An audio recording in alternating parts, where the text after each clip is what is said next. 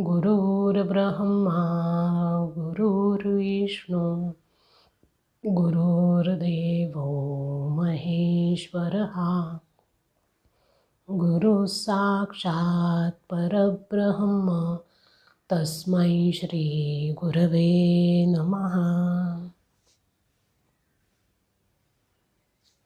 नमस्कार. गुरु साक्षात परब्रह्म ही संकल्पना आपण समजून घेतो आहोत. गुरु आणि शिष्य या दोघांमुळे ज्ञानाच्या परंपरा आजपर्यंत फुलत आलेल्या आहे. गुरूंशिवाय शिष्याला साधकाला ज्ञानप्राप्ती होत नाही. त्याच्या जीवनाला पूर्णत्व येत नाही.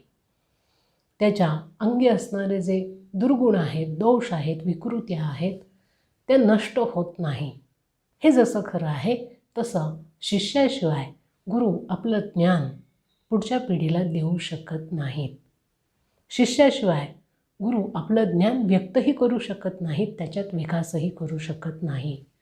म्हणून गुरु आणि शिष्य ह्या आत्मज्ञान प्राप्त करण्याच्या दोन बाजू आहेत असं म्हटलं जातं. आत्मज्ञान हे एक टोक आहे आणि आत्मज्ञान मिळवणं हे महत्त्वाची बाब आहे. हे मिळवण्याकरता गुरु आणि शिष्य यांच्यामध्ये समन्वय होणं आवश्यक आहे. म्हणून आपण बघितलं की आपल्याला गुरूंची आवश्यकता का असते. आपल्याला मिळालेला जे मानवी जीवन आहे, मानवी देह आहे, त्याचं ध्येय आत्मज्ञान प्राप्ती हे आहे, सच्चिदानंदाची प्राप्ती हे आहे. आणि हे जर आपल्याला अवगत करून घ्यायचं असेल, साध्य करून घ्यायचं असेल तर आपल्याला गुरूंची आवश्यकता असते. मग हे गुरु कसे असावेत, त्यांच्या अंगी कुठले गुण असावेत, ते गुरु म्हणून कसे श्रेष्ठ असावेत हे आपण बघितलं. जसं गुरूंच्या अंगी काही विशिष्ट गोष्टी आवश्यक असतात तसं शिष्याच्याही अंगी काही विशिष्ट गोष्टी आवश्यक असतात. तेव्हाच त्याला कुठल्याही संप्रदायाचे गुरु आपला शिष्य म्हणून स्वीकारतात.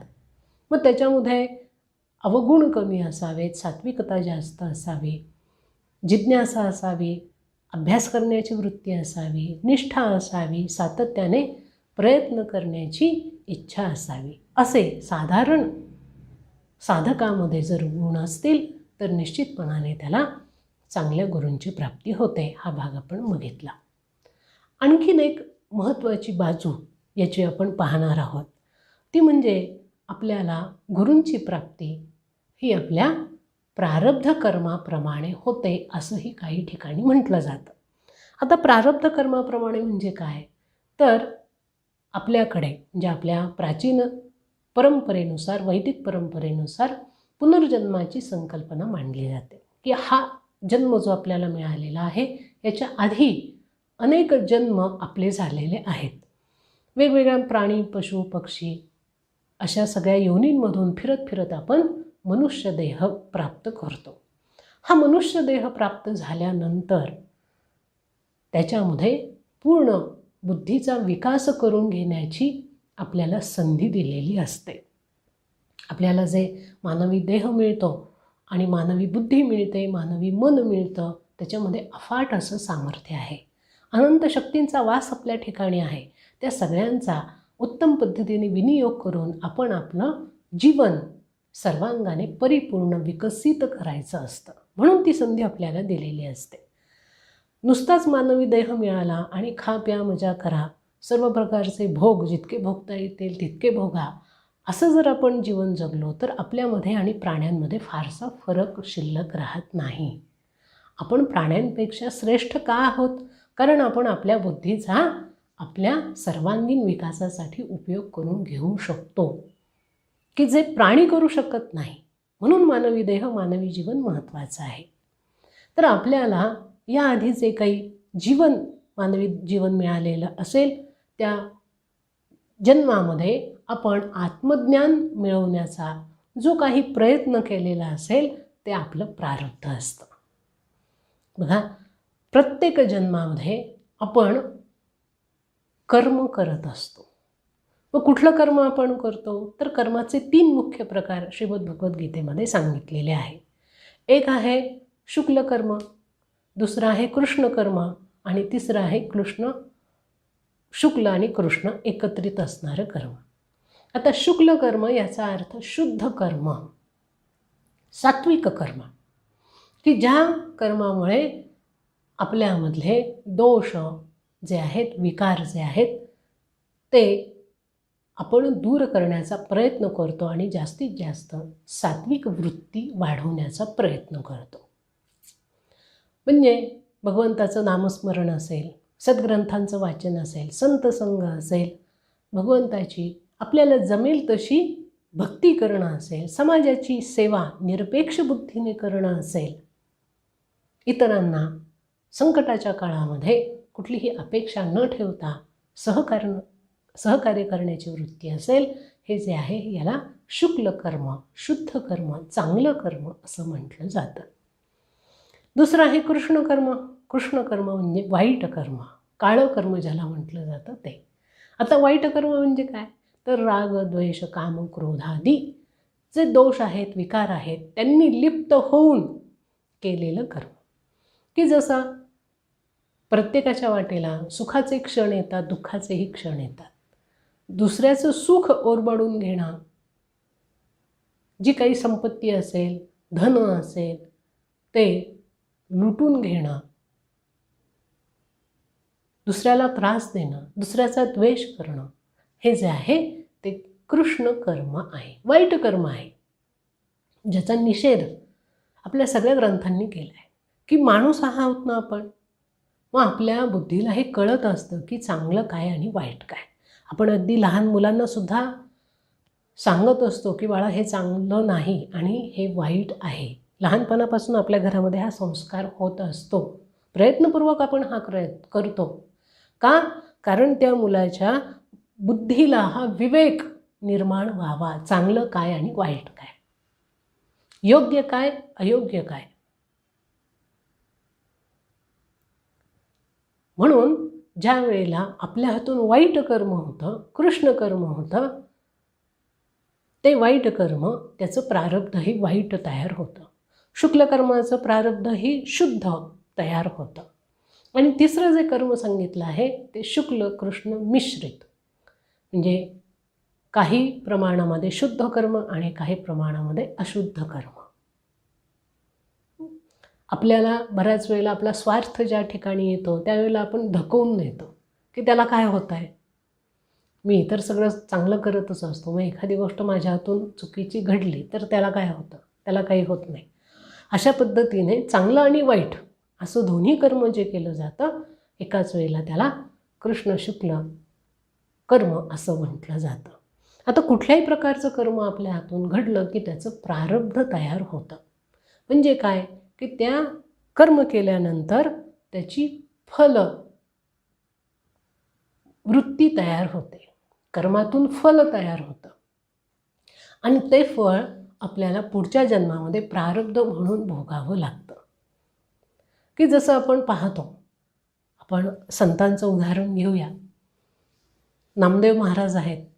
संत नामदेव महाराज अगदी वयाच्या 5व्या वर्षापासून विठ्ठल नामाचं भजन करायला लागले, विठ्ठलाची भक्ती करायला लागले. की ज्या वयामध्ये विठ्ठल काय कळत नाही, भक्ती काय ते कळत नाही, नामस्मरण काय ते कळत नाही, कीर्तन कळत नाही, काहीच कळत नाही. पण एवढ्या कमी वयामध्ये त्यांना असं का वाटलं की आपण सातत्याने भगवंताच्या नामामध्येच रंगून जावं. कशी ही प्रेरणा त्यांच्या मनामध्ये निर्माण झाली हे कळत नाही. आद्यशंकराचार्यांचं उदाहरण घेऊया. वयाच्या 8व्या वर्षी ते आईला म्हणतात की आई मला तू संन्यास घेण्याची परवानगी दे. 8व्या वर्षी त्या मुलाला संन्यास म्हणजे काय हे माहिती आहे. तो घेतल्यानंतर आपलं आचरण कसं असलं पाहिजे, विचार कसे असले पाहिजे, आपल्याला काय नेमकं करायचं आहे, आपल्या जीवनाची दिशा काय आहे हे 8व्या वर्षी त्या मुलाला कसं कळतं, याचं आश्चर्य आपल्याला वाटतं. आणि मग आपण म्हणतो की नाही, ह्या सगळ्या मोठ्या विभूती आहेत, भगवंताचे हे अवतार आहेत. खरं तर भगवंताचे अवतार आहे असं म्हणण्यापेक्षा त्यांचं पूर्व प्रारब्ध इतकं तयार झालेलं होतं की या जन्मात आल्यानंतर त्यांच्याकडून शुद्ध कर्म अगदी कमी वयामध्ये घडायला लागलं. भगवंताच्या भक्तीची ओढ, भगवंताच्या ज्ञानाची ओढ, योग साधनेची ओढ वयाच्या 4थ्या 5व्या 6व्या वर्षी या लोकांना उत्स्फूर्तपणे, कोणीही न सांगता, कुठेही न ऐकता, कोणाचंही न पाहता आपली आपणच ती प्रेरणा मिळत जाते. आता ही जी प्रेरणा त्यांना मिळते त्याला म्हणतात प्रारब्ध. मागच्या जन्मी त्यांनी जे काही कर्म केलेलं आहे, शुद्ध कर्म केलेलं आहे, त्या कर्माचं फळ म्हणून या जन्मामध्ये या गोष्टी अगदी सहजतेने, अगदी कमी वयामध्ये त्यांच्यामध्ये लगेच विकसित झालेल्या दिसतात. असं प्रत्येकाच्या बाबतीत असतं, आपल्याही बाबतीत असतं. आणि म्हणून जसं आपलं प्रारब्ध असेल, प्रारब्ध त्याप्रमाणे आपल्याला भगवंताची प्राप्ती, सद्गुरूंची प्राप्ती, सद्गुरूंची कृपा ही त्या त्या वयामध्ये आपल्याला ती प्रेरणा आतून मिळत जाते. आता काही व्यक्ती अशाही आपल्याला आजूबाजूला पाहायला मिळतात की वयाच्या 22व्या वर्षी, 23व्या वर्षी, की ज्या वेळेला संसार नुकताच सुरू होतो, तरुण वय असतं, सर्व प्रकारचे भोग भोगण्याची इच्छा मनामध्ये वारंवार उफाळून येत असते. पण अशा वयामध्ये काही लोक पूर्णपणे विरक्त असतात. त्यांच्या मनामध्ये कुठलाही भोग भोगण्याची इच्छा निर्माणच होत नाही.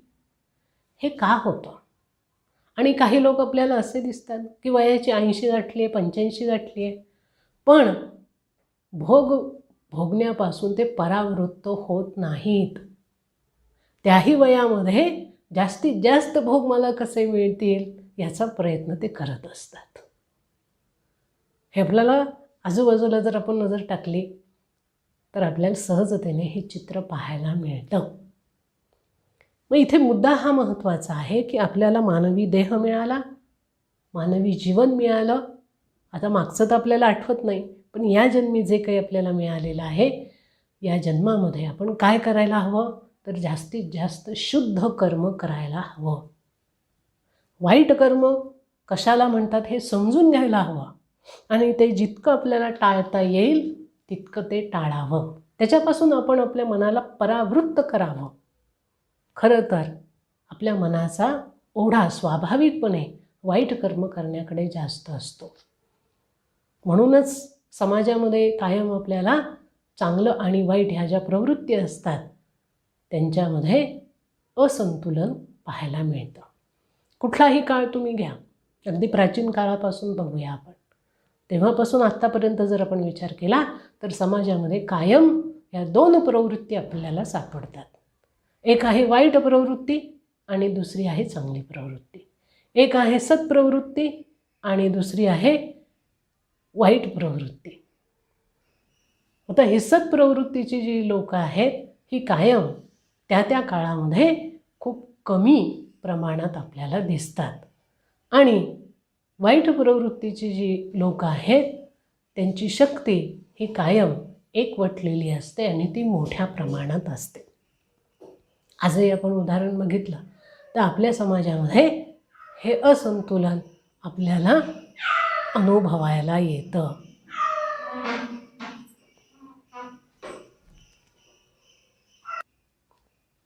म्हणूनच आपण आपलं कर्म करताना कायम सजग असलं पाहिजे.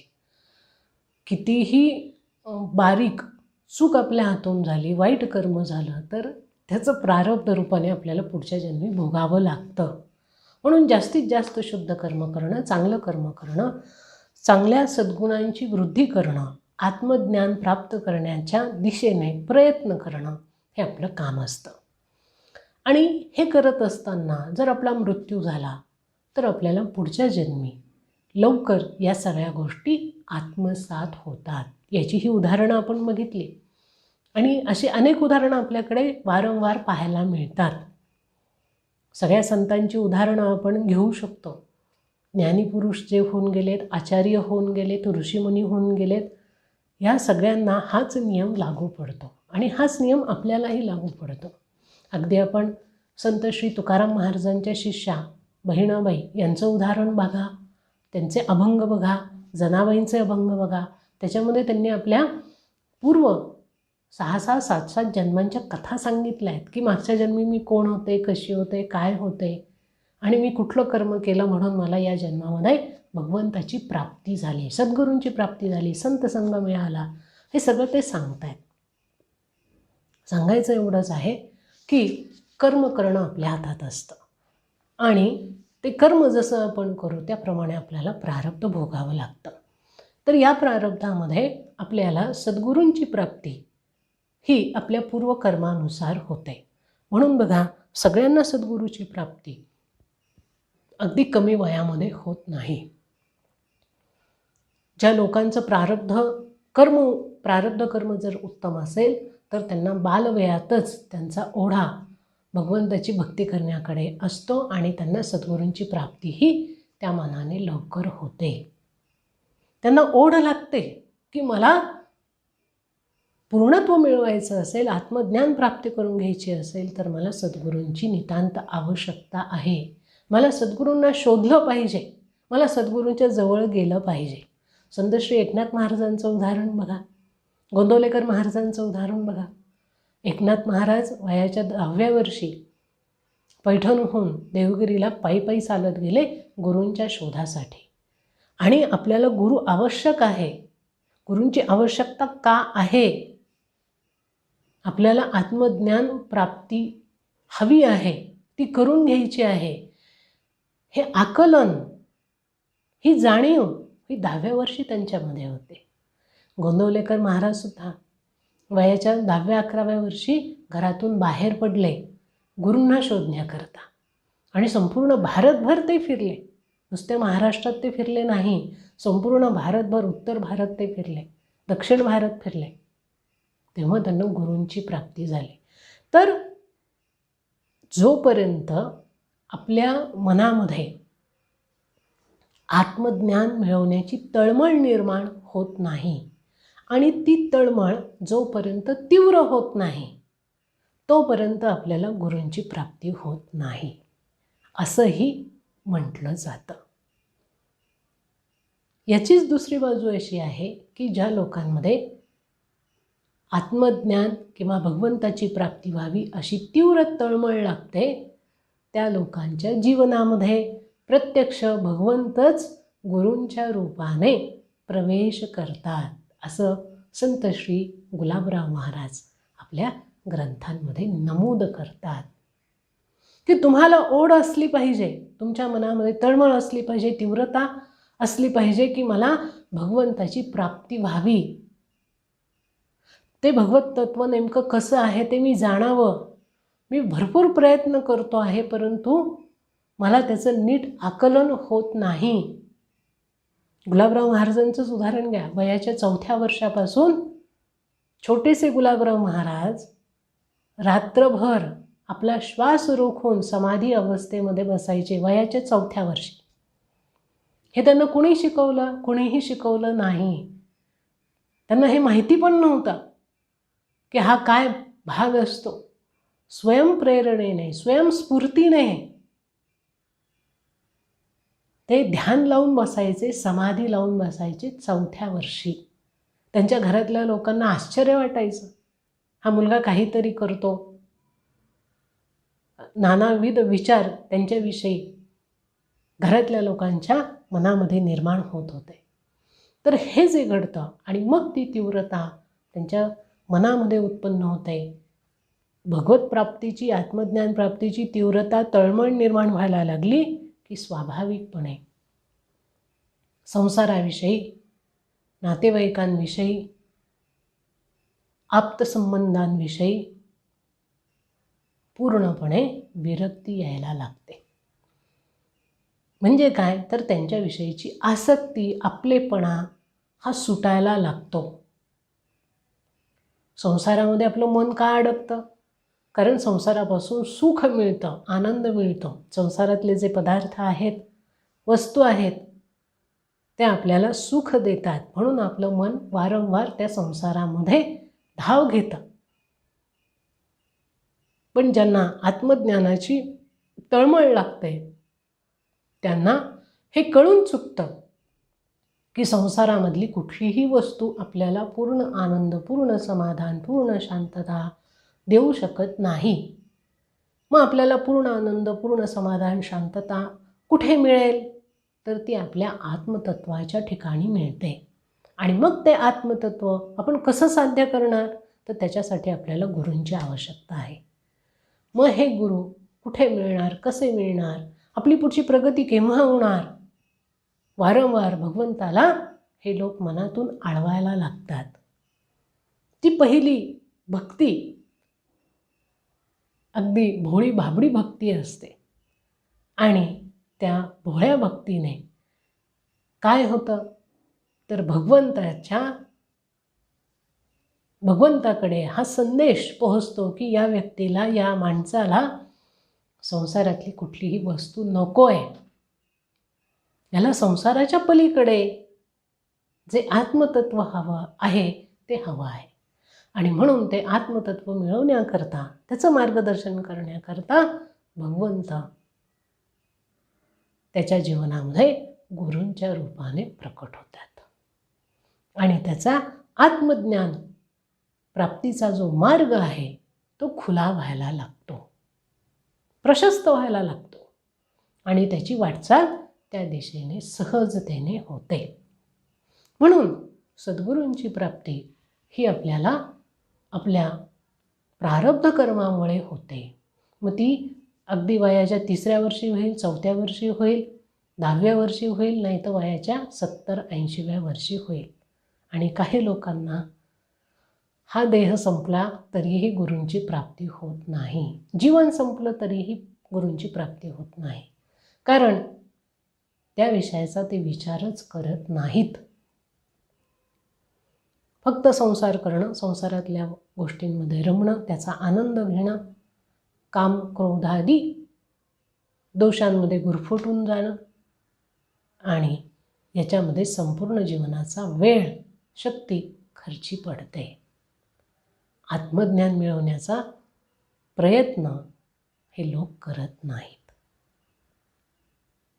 आणि ज्या लोकांना हे लक्षात येतं की आपल्या आधी होऊन गेलेले हे जे महात्मे आहेत, यांनी कुठल्या गोष्टीला किती महत्त्व दिलं आहे, आपल्या जीवनामध्ये आपण कुठल्या गोष्टीला किती महत्त्व द्यावं, याचा विवेक ज्यांचा जागृत होतो त्यांना गुरूंची प्राप्ती सहजतेने होत जाते.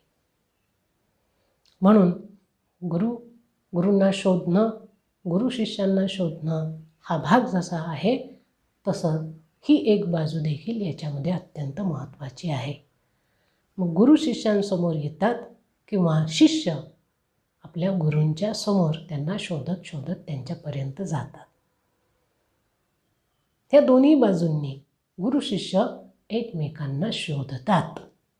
आणि मग जेव्हा ते एकमेकांच्या समोर येतात त्यावेळेला लगेच गुरु त्यांना आपला शिष्य म्हणून पत्करत नाही.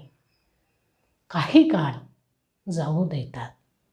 त्या शिष्याचं आचरण कसं आहे, विचार कसा आहे, त्याच्यामध्ये गुण कोणते आहेत, दोष कोणते आहेत, हे सगळं ते पाहतात. आणि मग काही कालावधीनंतर त्याला मंत्र दीक्षा देतात, अनुग्रह देतात. आणि एकदा अनुग्रह दिला की तो साधक त्या गुरूंचा शिष्य होतो. त्याच्या जीवनावरती गुरूंची मुद्रा ही कायमची उमटते. तो त्या गुरुमुद्रेने अंकित होऊन जातो. आणि मग त्याचा आत्मिक प्रवास जो आहे तो खऱ्या अर्थाने सुरू होतो. तर आज आपण या ठिकाणी थांबणार आहोत. यानंतर आपण पुढच्या भागामध्ये जे दीक्षेचे प्रकार दिले जातात, ज्या पद्धतीने दीक्षा दिली जाते, अनुग्रह दिला जातो, तो भाग देखील पाहणार आहोत. कारण गुरु आपल्या शिष्याला एकसारख्या पद्धतीने दीक्षा देत नाहीत. दीक्षेचे वेगवेगळे प्रकार सांगितले जातात. स्पर्श दीक्षा आहे, दृग दीक्षा आहे, मंत्र दीक्षा आहे, असे. आणि त्या प्रत्येकाचं एक वेगळं वैशिष्ट्य देखील असतं. मग कुठल्या प्रकारचा मंत्र गुरु आपल्या शिष्याला देतात, का देतात याचं देखील एक वेगळं असं शास्त्र आहे आणि तेही आपण थोडक्यात पाहणार आहोत. म्हणून आज आपण या ठिकाणी थांबूया. उद्या आपण दीक्षेचा विचार करणार आहोत. ओम श्री गुरुदेवाय